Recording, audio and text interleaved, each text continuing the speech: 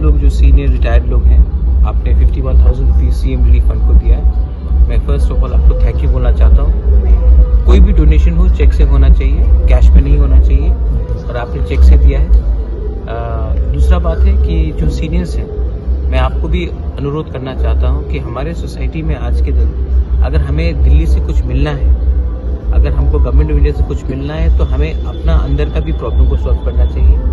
आप लोग ने जिंदगी देखा है, आप लोग जानते हैं, आप लोग कंट्रीब्यूट करना चाहते हैं हमारा तोहफा के लिए, तो प्लीज यूथ को सिखाइए ड्रग्स, करप्शन, गुंडागर्दी से कुछ नहीं मिलने वाला। अगर हम लोग डिसिप्लिन रहेंगे, फाइनेंशियली ट्रांसपेरेंसी रहेगा, अगर आप लीडर बन गए तो भाषण देने से लीडर नहीं बनेगा। आपको अच्छे तरीके से अपना व्यवहार रखना चाहिए।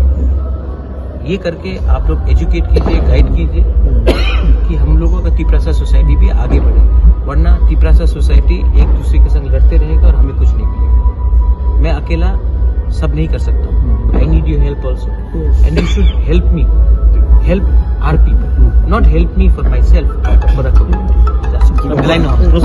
Thank you.